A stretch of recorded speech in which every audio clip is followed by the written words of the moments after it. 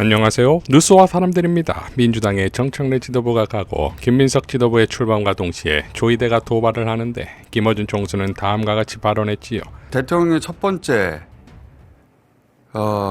대법관을 임명을 해야 되는데 자신이 원하는 임명을 못하게 한 거예요. 5개월째. 아무런 이유도 없이. 헌정사상 초유의 일입니다. 재청 거부는.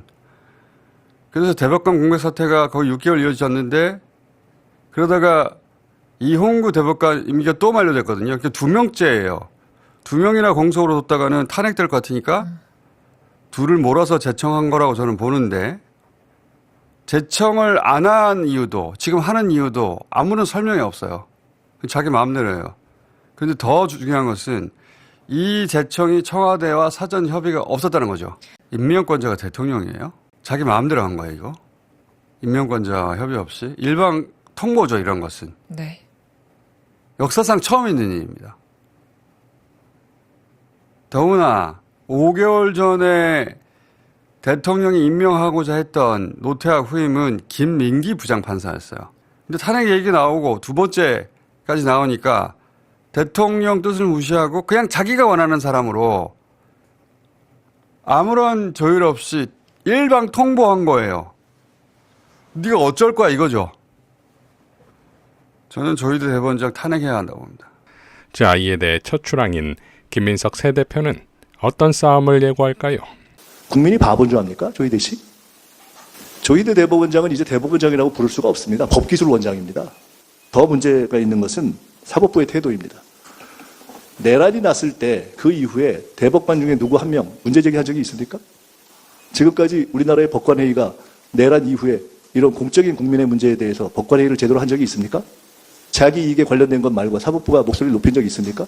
저는 묻고 싶습니다. 첫째, 조이대 대법원장은 왜 그동안 법을 다 어기다가 이번에 또 이런 짓을 했습니까? 왜 그동안의 관습적 법 절차를 어기고 이번에 대법관 제청을 한 의도가 뭡니까? 잘라달라는 겁니까? 대법관들에게 묻습니다. 지금까지 내란이 났을 때 한마디도 못하던 분들이 대법원의 이해관계만 문제가 될 것 같으면 그것에 문제를 삼는 분들이 조이대 대법원장이 이런 짓을 하는데 대법관 중에 단 한 분도 얘기하지 않습니까? 대한민국 대법관들이 이래도 되는 겁니까? 대한민국 대법관들에게 요구합니다. 조이대 대법원장이 잘못됐다고 성명서를 내주십시오. 대한민국 사법부에게도 요구합니다. 법관회의를 당장 여십시오. 법관회의를 열어서 조이대 나가라 결의해 주십시오. 그렇지 않다면 적어도 이번 행위가 잘못됐다는 사법부의 판단을 내려주십시오. 그런 판단을 내리지 않고 대한민국 사법부가 어떻게 도둑놈을 잡고 판결을 하겠습니까? 어떻게 믿겠습니까? 그런 사법부를 어떻게 개혁하지 않겠습니까? 그런 사법부가 서초동에 있을 필요가 없다고 국민들이 다 요구하고 있지 않습니까? 무슨 자격으로 그 금싸라기 땅 서초동에 있는 겁니까? 너무 화가 납니다. 어떻게 저런 분들이 대법관까지 갔죠? 저는 국민들이 어마어마한 분노로 화답할 것이라고 확신합니다. 온 국민이 서명할 것이고 온 국민이 걸기할 것이고 온 국민이 스티커를 붙일 것이고 온 국민이 차량으로 경적을 올릴 것이고 온 국민이 조이대 나가라고 외칠 것이고 온 국민이 대법관들 정신 차리고 조이대 잘못됐다고 이야기하라고 외칠 것입니다. 그렇지 않다면 조이대 대법원장과 함께 다 자진 퇴역하십시오. 차라리 대법원 자체를 새로 구성하는 것이 낫습니다. 조이대 씨 정신 차리고 당장 나가십시오.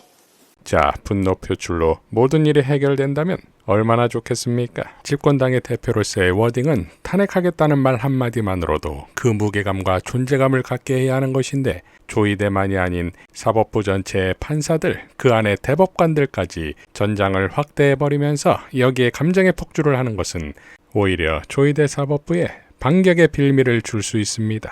조이대의 망동에 대한 분노는 당원과 국민이 이러한 뜻을 조이대 탄핵으로 실행하는 것이 바로 당대표의 역할이 아닐까요?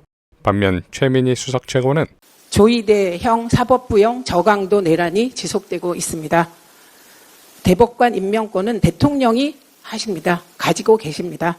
이번 조이대 대법원장의 청와대 패싱, 대법관 제청은 못불 인견, 상상 초월 행태로 분노가 치밉니다. 그래서 저는 조이대 대법원장과 사법부는 국민의 철퇴를 맞아야 한다고 생각하며 국회가 즉시 탄핵을 포함한 조이대 거치 논의를 시작해야 한다고 생각합니다. 지금 조이대 대법원이 어떤 태세를 갖추었는지는 법원 행정처장의 태도에서 여실히 드러납니다. 오늘 이렇게 쭉 보니까 우리 처장님의 태도 변화가 있으신 것 같아요. 지난번 법사위까지만 하더라도 법사위원들의 의견이나 지적들을 경청하고 인정할 건 인정하면서 또 반박할 게 있으면 이제 품격 있게 반박해 주셨던 것 같거든요. 근데 오늘은 좀 다릅니다. 오늘은 조희대 대법원장이랑 같은 입장을 취하고 나온 것 같아요. 한번 싸워보자. 이미 대법원장이 일 저질렀으니 우리 한 배 탔으니 이젠 돌이킬 수 없다. 난 나가서 싸우겠다. 장수가 돼서 나오신 것 같은 느낌입니다. 그런데 왜 이재명 대통령 재판은 기록도 안 보고 재판했어요? 기록 봤습니다. 그렇게 중요한 재판을 기록 안 봤잖아요. 기록 7만 페이지 복사된 거 봤습니까? 문서로? 문서로가 아니라 전산으로 봤습니다. 전산으로 다 읽었냐고요, 7만 페이지를. 필요한 꼭 유죄를 판단하는데 필요한 부분은 봤습니다. 그러니까 잘못됐다고 하는 거예요. 유죄로 인정하기 위한 것만 발췌해서 봤으니까 무죄의 증거는 안 봤다는 얘기잖아요. 어떻게 그런 말을 지금 함부로 합니까? 어떻게 유죄 처음부터 유죄로 딱 정해놓고 달려갔다는 지금 자백을 하신 거예요. 그렇게 어떻게 이해하십니까? 지금 그렇게 답을 하셨잖아요. 제가 어떻게 그런 말씀 드렸습니까? 봐봐요. 이게 오늘 다른데 충분하게 봤다는 말씀. 오늘 장군이 돼서 오셨어요. 오늘 진짜로. 자, 또 질문 드려볼게요.